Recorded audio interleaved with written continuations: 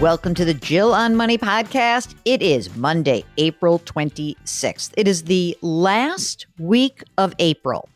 It's mind-blowing to me how the time, it's like these days are so long and yet goes by pretty quick. Maybe that's a sign of my aging. Could be. Anyway, if you've got a financial question, we'd love to hear from you. We are me, Jill Schlesinger, CBS News business analyst, and the other part of the we is Mark Talercio. He's the executive producer of the show and my life. We are both certified financial planners. We are not a practicing group of folks. We are just, I don't know how we put it. We're gluttons, Mark. We have to do the continuing ed, and we never want to take the test again. So we're always going to keep that designation up. But that means that we have a holistic approach to the way that we hear some of the questions that you ask us. And so if you have a financial question, don't be surprised if I just pepper you with questions about everything. Even if you say, I just have a question about taxes or retirement or estate, we're going to ask about other stuff too. If you'd like to join us on the program, you send us an email with your question, ask Jill at jillonmoney.com, or if you're on our website, jillonmoney.com, you hit the contact button and just tell us, here's my question and I want to come on the air. That's what Elena did. She is on the line from Massachusetts, an undisclosed city or town in Massachusetts, to protect you and the innocent. Elena, how are you? Hi, Jill. I'm great. I'm ready for you to pepper me with questions. Fantastic. So what's going on and how can we help you out? Sure. So I'm 37. My husband is 40. We have a 3.5-year-old son, and we're getting ready to have a baby girl any day. Wait. So you know it's a girl. So if you go into labor right now, you will name this child Jill. There's no doubt. Let's move on. Okay, absolutely. Continue. So we're sort of thinking short term, we want to make sure that we're set up for success with the extended maternity leave that I'm about to take. Mm-hmm. And long term, we want to make sure that we're doing well with retirement and particularly college savings. I'm wondering your thoughts on how we're doing with that. Okay, great. So you are now about to go on, you said extended maternity leave. What does that mean exactly? That's right. So I will return to work next January. Okay. And I will be paid through August. So September through January will be unpaid for me. Okay. And how much were you earning? My take home at the end of the day, when all is said and done, I take home about $6,000 a month. Mm-hmm. And what about spouse? And he takes home about $3,000 a month. Oh, okay. How much money have you set aside to float the $6,000 you will not be receiving for those months? That's right. So our monthly budget is about $6,000 a month. So we're going to need $3,000 a month for those 5 months. And we sort of have two savings, and you can help me determine what's best to pull from where. Mm-hmm. We have a sort of our emergency savings, which has about 5 months in it, so about $30,000 in just a regular savings account. And we have a taxable account with Vanguard. It's just in the total stock market index, and that has about $40,000 in there. Okay, got it. The taxable Vanguard account, when did you start that one? About a year ago. Mm-hmm. We bought a house, and interest rates were so low, and our mortgage lender offered us a 15% down payment with no PMI. So we took the extra 5% that we had saved to put 20% down. Wow. And we put it in the taxable account thinking it would do better for us there than it would towards our mortgage. I presume you've made money because you just popped it into the market. Markets have gone up. What's the gain on that account right now? Would you guess? We put about 30 in there and now it's worth 40. So good. Okay, perfect. Okay, so 30K is your basis. Okay, now tell us everything else that's going on. For example, what do you do for a living, by the way? I'm a teacher. Oh, very nice.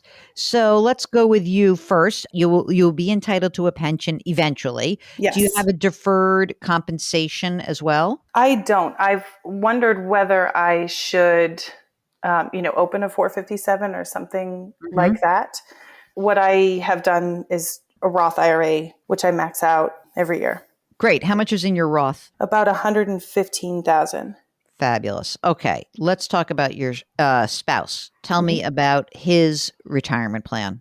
Sure. So his Roth IRA has about 105,000. His current 401k through his current employer, he contributes 9% of his salary to a Roth 401k, and they match 6% in a traditional 401k. That's really good. Okay, perfect. So Yeah, how much is in total in his part, the contributory Roth part? How much is in there? about 50,000.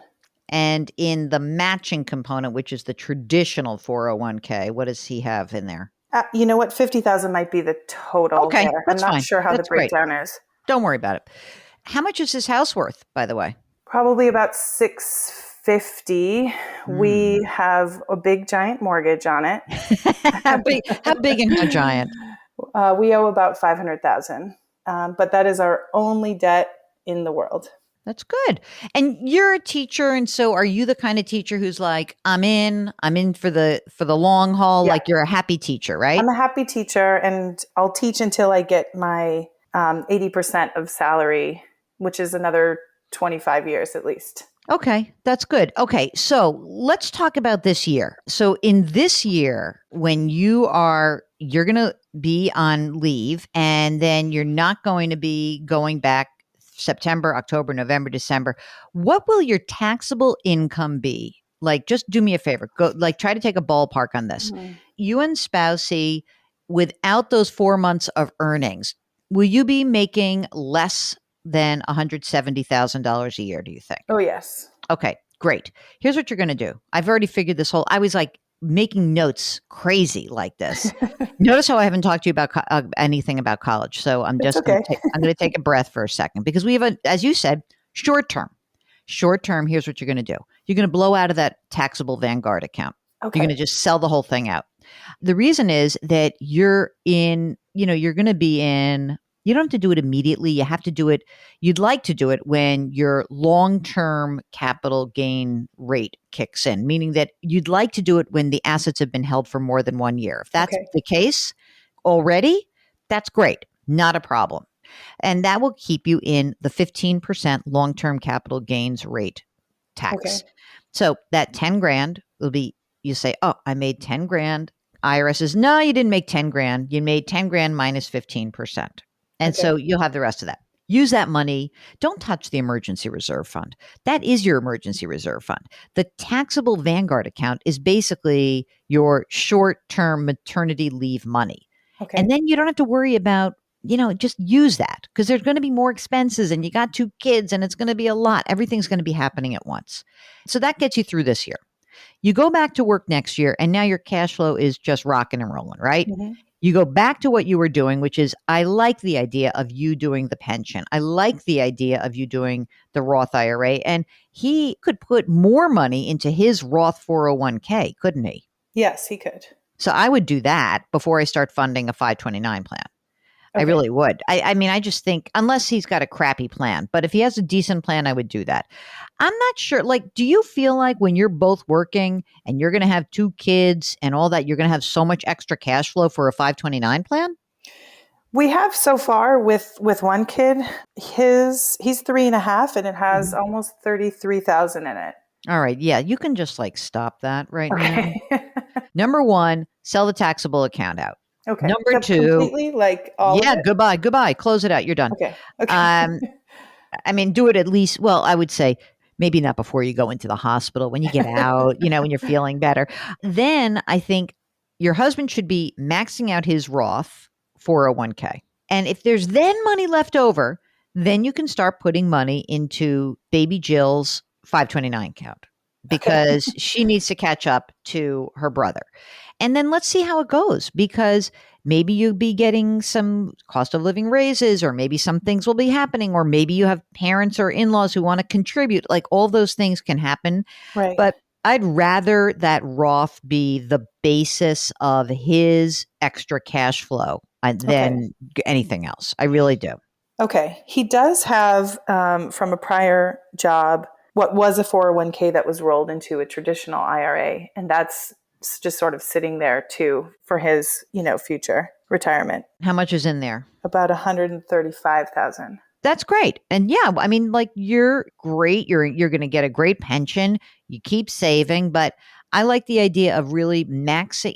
I'm not telling you to put pre-tax money into a 457 plan. I'm really saying that let's get him to do that kind of heavy lift on the contribution, because usually those 457 plans suck. They're usually at bad Okay. places and it's a pain in the neck. So I think that you guys are in good shape and we can start funding the 529 plan as he is done with maxing out his Roth contribution. Okay, the Okay. 19.5, if he can get there. You guys have some life insurance? My husband does. What? Well, What? so I have a past cancer diagnosis that has made it very expensive for me to shop for life insurance. So I mean, I have a very small amount that I get through my employer. I think it's maybe 100,000 or something.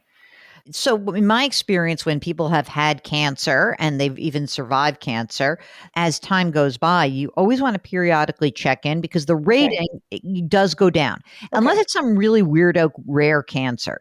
If it's a cancer where the insurance company actuaries have experience with those cancers, they might say, yeah, that's not the kind of cancer that comes back so much, and we're willing to do it for this price. And maybe you just do it even if you could get a shorter term, right? If you could just even get like 15 years, it would be great.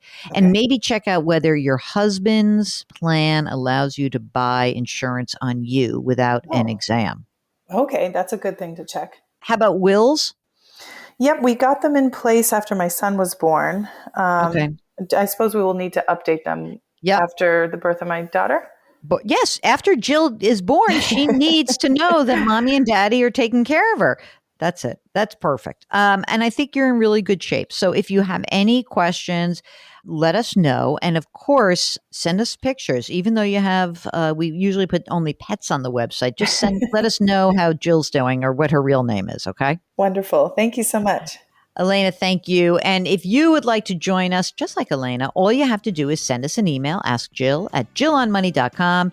And don't forget, you can go onto our website, jillonmoney.com. If you're listening to this on YouTube or just on your desktop, go and subscribe to the pod. You don't want to miss a single episode. And send this along to somebody who you think might actually benefit from these kinds of little mini financial planning sessions. We always want you to know that we are here for you. So just please send us that email, hit the contact button on the website, tell us if you want to join us, and we will do all the rest. So wash your hands, wear your masks, maintain your physical distancing, do something nice for someone else today. Thanks for listening. We'll talk to you tomorrow.